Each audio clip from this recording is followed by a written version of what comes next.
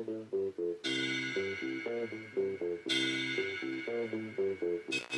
this dirty old part of the city where the sun refused to shine, people tell me there ain't no use in trying.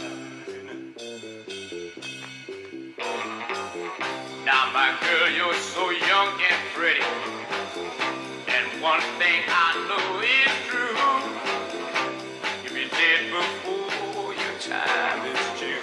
I know. Watch my daddy in bed crying. Watch his hand been turning straight.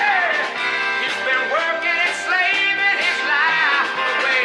Oh yes, I know. He's been working so hard. Oh, I've been working too, baby. Every night and day. We gotta get out of this place. If it's the last thing we ever do, we gotta get out of this place. There's a better life for me and you.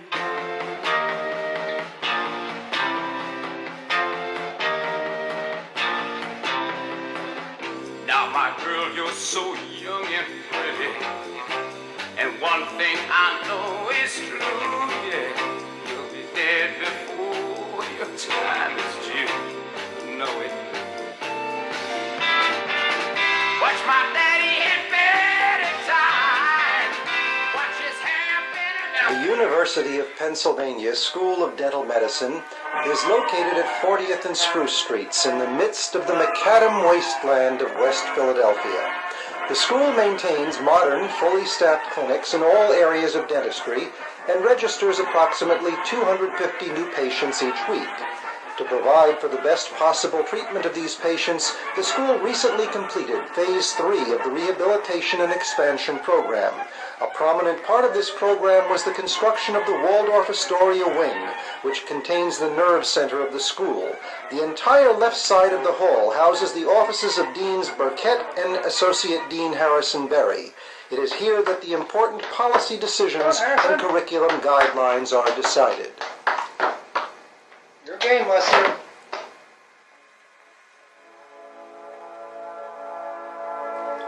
Of immediate benefit to the harassed student is the quiet haven of the newly finished student lounge, which is immaculately furnished in the latest of efficient automatic food machines. It is with deep emotion and fond memory that we present this tribute to the Nathaniel Shapiro Memorial Canteen.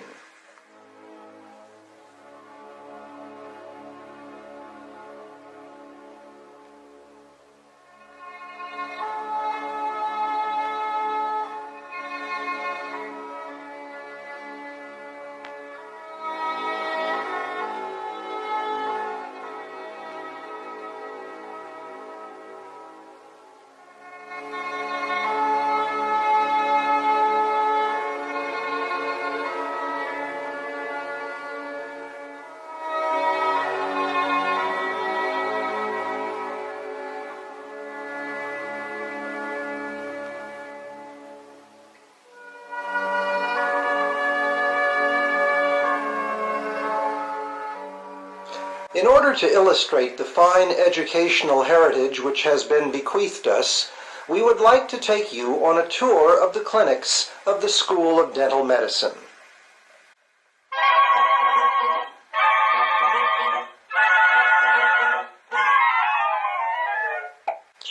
Well, kiddies, you see stretched before you the awesome spectacle of the operative dentistry clinic.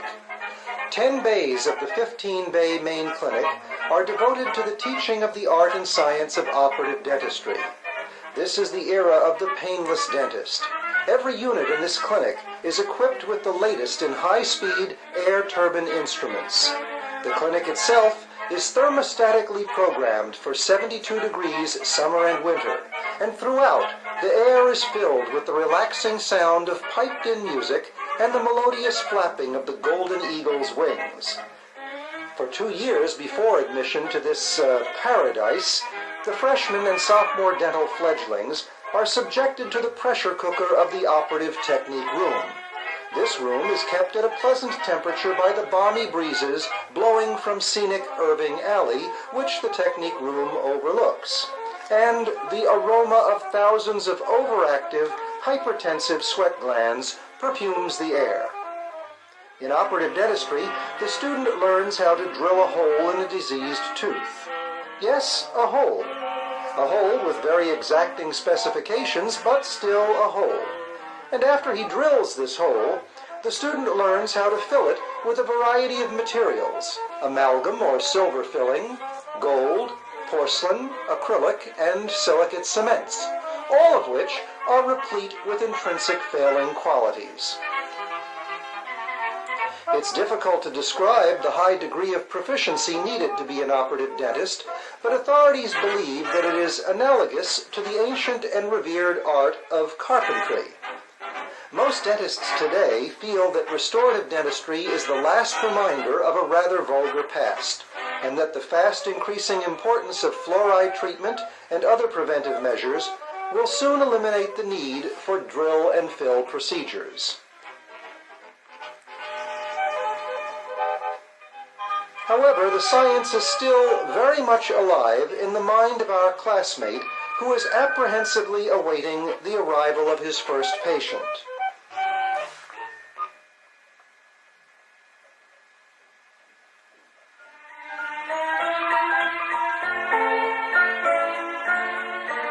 That must be him there.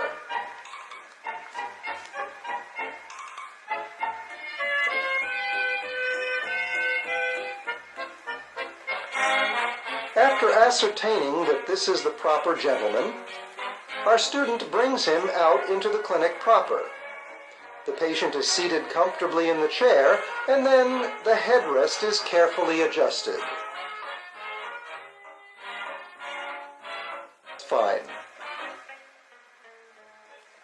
A clean napkin is placed around the patient's neck with a confident flourish.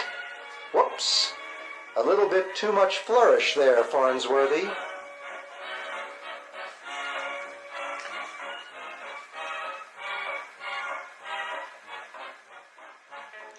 Oh well, a broken instrument is easily remedied with a trip to the office of Smiling Harry, the purveyor of dental supplies, known affectionately as the Shylock of Spruce Street.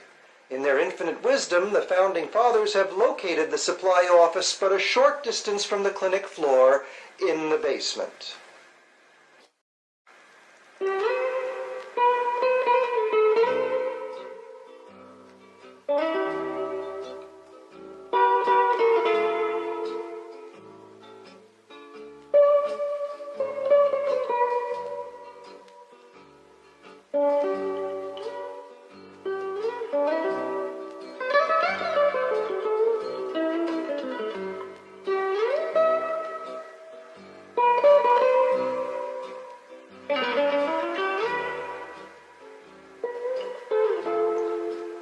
Now you know why they call him Smiling Harry.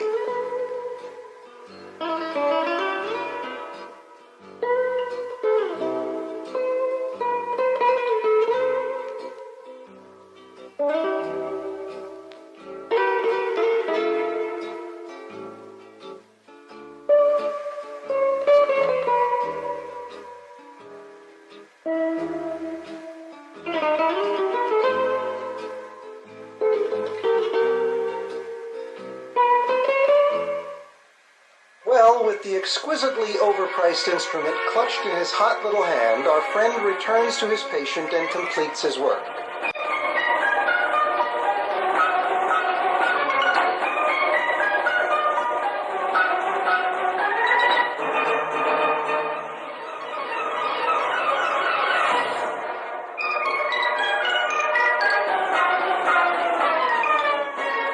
Now the moment of truth.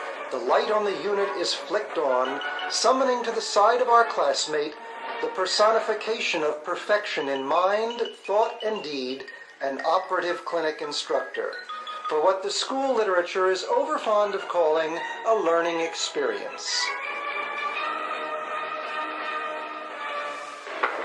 probably funk me for saying this, but he's got bad breath. Bad breath. Periodontology is that facet of dentistry which administers to those tissues which surround the teeth and maintain the integrity of the tooth-to-bony socket relationship. We see here a typical tooth, which is made up of a crown portion, that's the part which is above the gums and covered with enamel, and a root portion which is embedded in the bone of the jaw.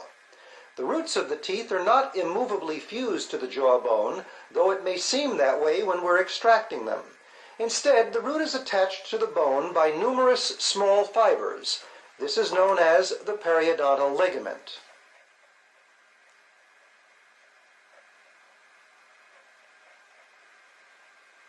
One other major part of the tooth's attachment apparatus, which we treat in periodontics, is the gums, or what we choose to call the gingiva. On the patient's first visit, a pertinent history is taken and a thorough charting of the diseased process is done. The charting is a painstaking but rewarding task which examines each tooth individually and as a member of the entire dentition. Once this tedious process is completed, an instructor is called and the charting is reviewed, rechecked, reevaluated, and redone.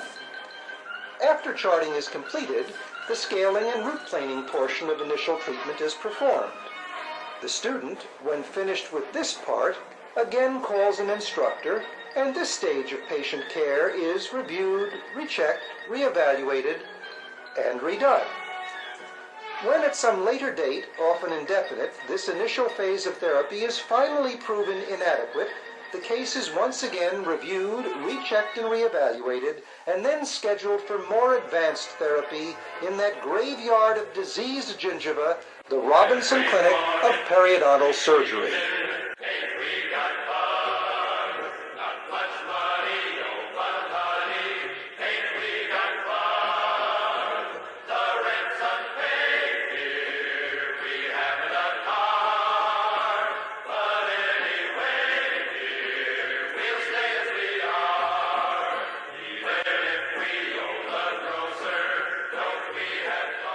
Adjacent to the Perio Clinic is the Endodontic Clinic.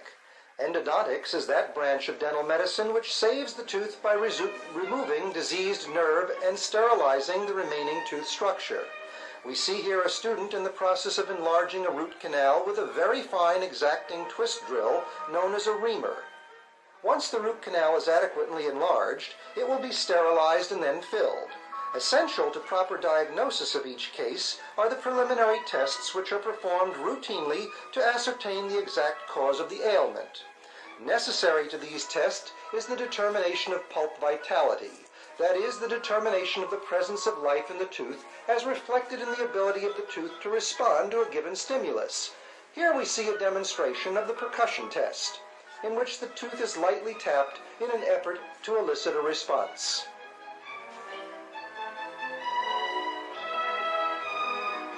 Another valuable aid to the endodontist is the electric pulp test.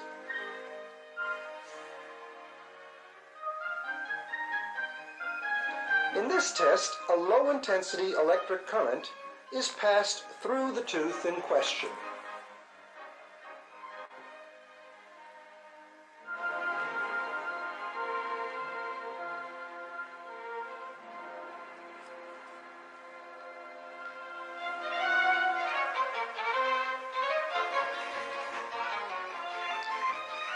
To achieve dryness, sterility, and isolation, the rubber dam is used in all endodontic therapy. Certain authorities insist that the dam procedure can be carried out in less than 30 seconds. One of our accomplished clinical instructors will now demonstrate the speed and accuracy of rubber dam application.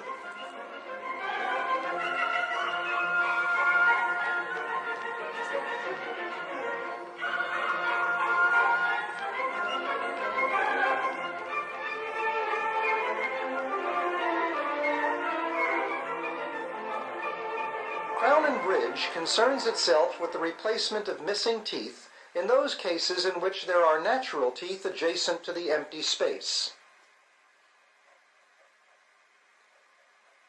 such as the example of this molar, and this premolar. These adjacent teeth are known as abutments and will function to support and anchor the bridge.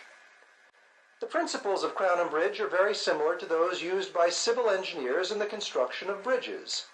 The abutment teeth are prepared to support the missing tooth.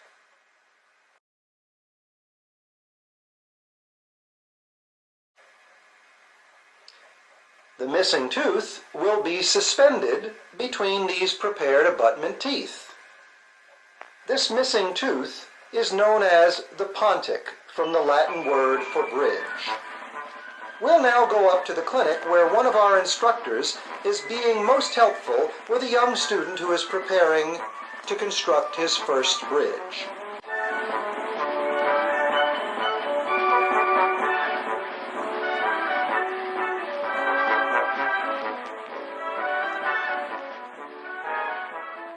Man, woman, birth, death, infinity. The Oral Surgery Clinic, located on the first floor of the dental school, deals in the main with the discipline of exodontia, or the extraction of teeth. It is in this department that the basic sciences of anatomy, physiology, pathology, and pharmacology are coordinated with the necessary clinical skills needed to achieve the surgical removal of diseased tissues of the oral cavity.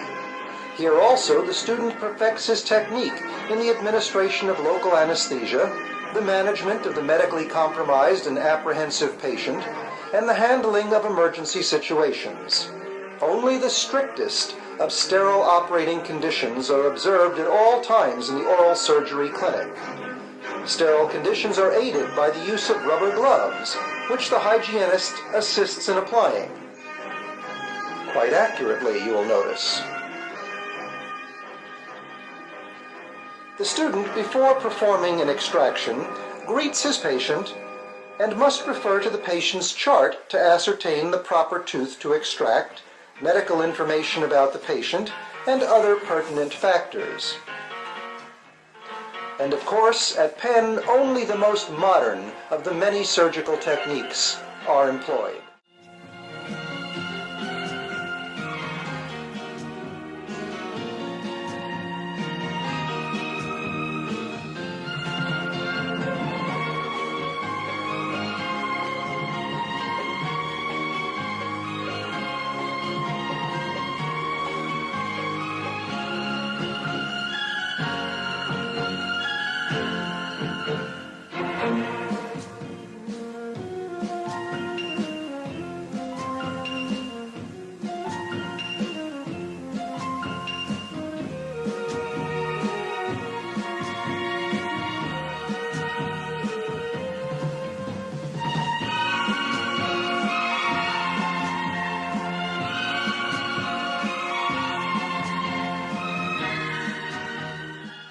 A student's first assignment to the oral surgery clinic is in the second semester of his junior year.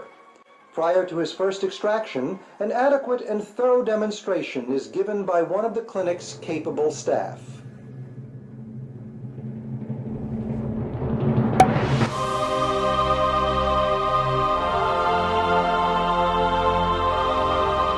His confidence boosted by the ease of that extraction, the student thanks the instructor and then returns to his patient to attempt the extraction himself.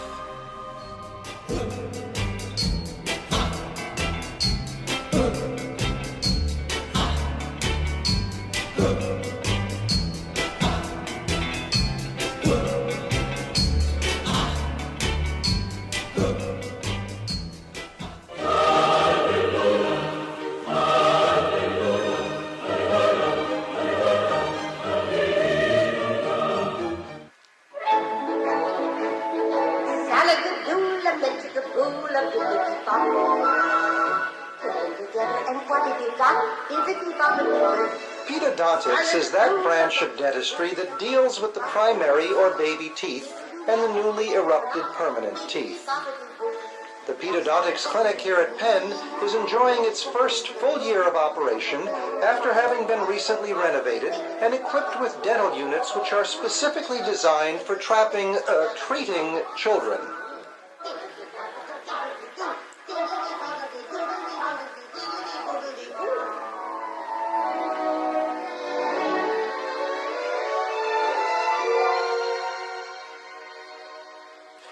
Yes, once again, the west wing of the second floor is filled with the delightful squeals and the pitter-patter of tiny feet hurrying to be the first to the chair.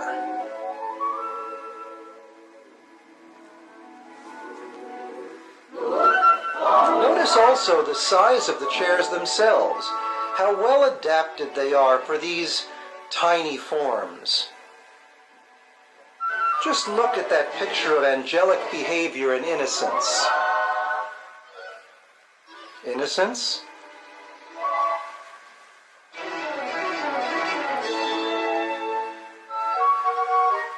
Many of us enjoy the pedo clinic.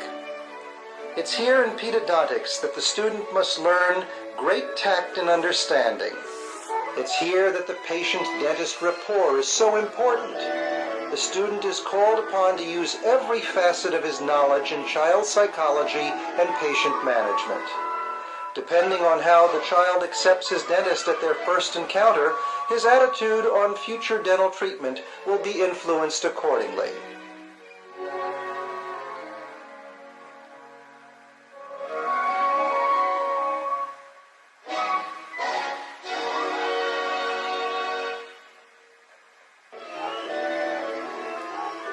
Sometimes our best efforts fail.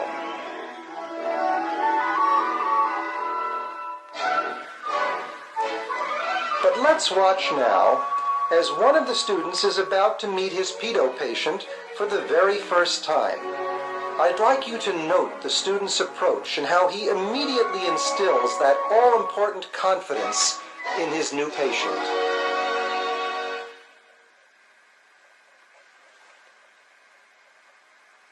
I think our classmate's about to come out now.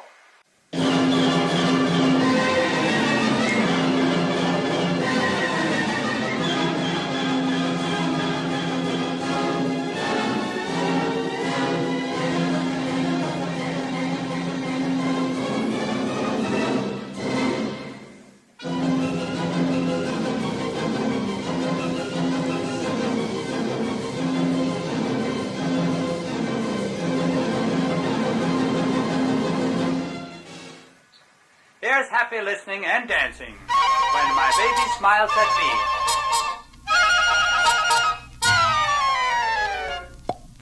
The Department of Prosthetics concerns itself primarily with treating the edentulous or toothless patient with the fabrication of full upper or lower dentures or plates. Here the student is taught the fundamental principles underlying denture construction and function, and must fabricate a minimum of 4 full dentures as well as other prosthetic devices to satisfy graduation requirements.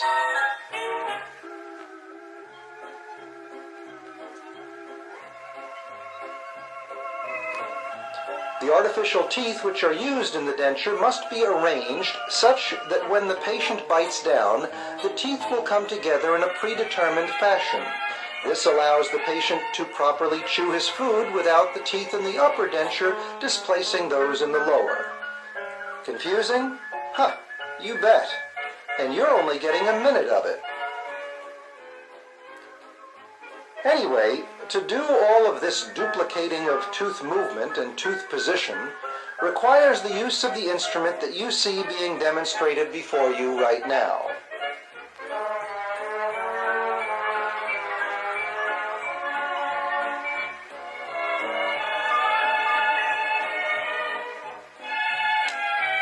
Yes, ladies and gentlemen, this is the fable.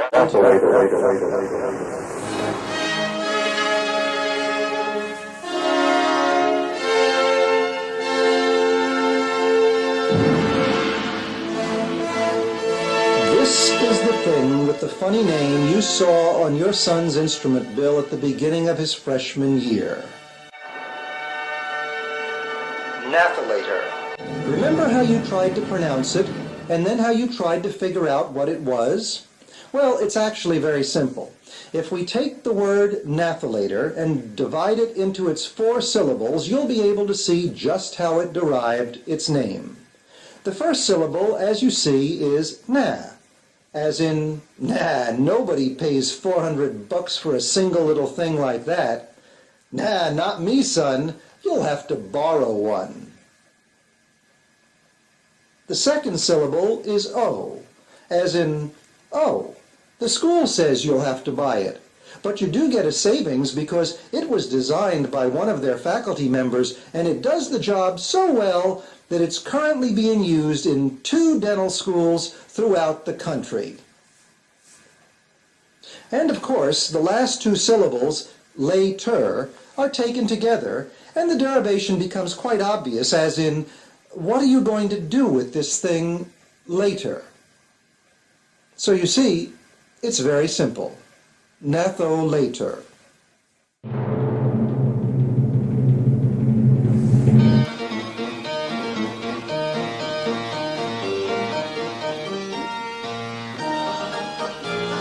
Because of its high value, we must ever guard against those mean old Temple dental students who occasionally infiltrate our ranks in an effort to carry back to their alma mater the secrets of the intricate workings of our precious natholators.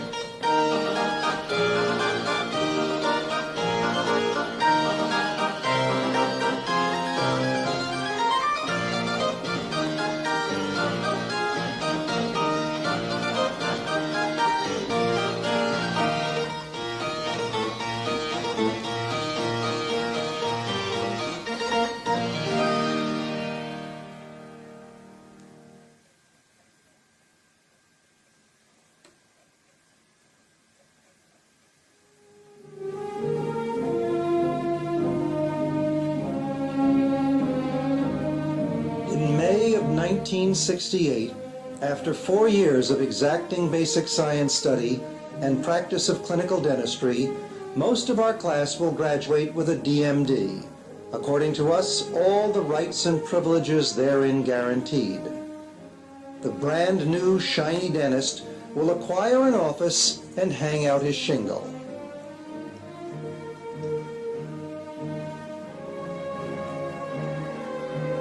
And surrounding himself with the best dental equipment he can finance, our practitioner will prepare himself to cure the world's oral ills. And while he waits for the arrival of those thousands of eager patients battering down his door and crowding his waiting room to avail themselves of his services, he will reflect on the fulfillment of a lifelong dream.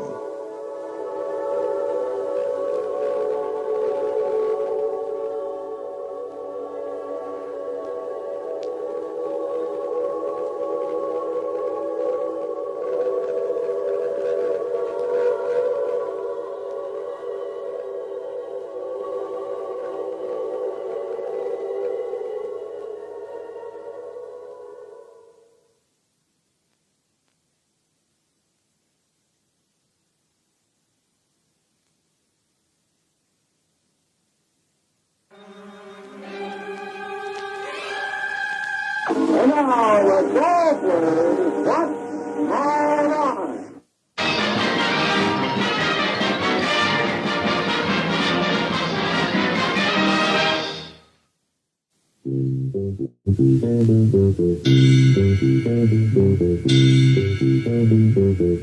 In this dirty old part of the city where the sun refused to shine. People tell me there ain't no use in trying. Now, my girl, you're so young and pretty, and one thing I know is true. You'll be dead before your time is due. I know. Watch my daddy in bed crying. Watch his hair been turning gray. He's been working and slaving his life away. Oh yes, I know. He's been working so hard. Mom's working too, baby. Every night and day. Yeah. We gotta get out of this place. If it's the last thing we ever do, we gotta get out of this place. There's a better life for me and you.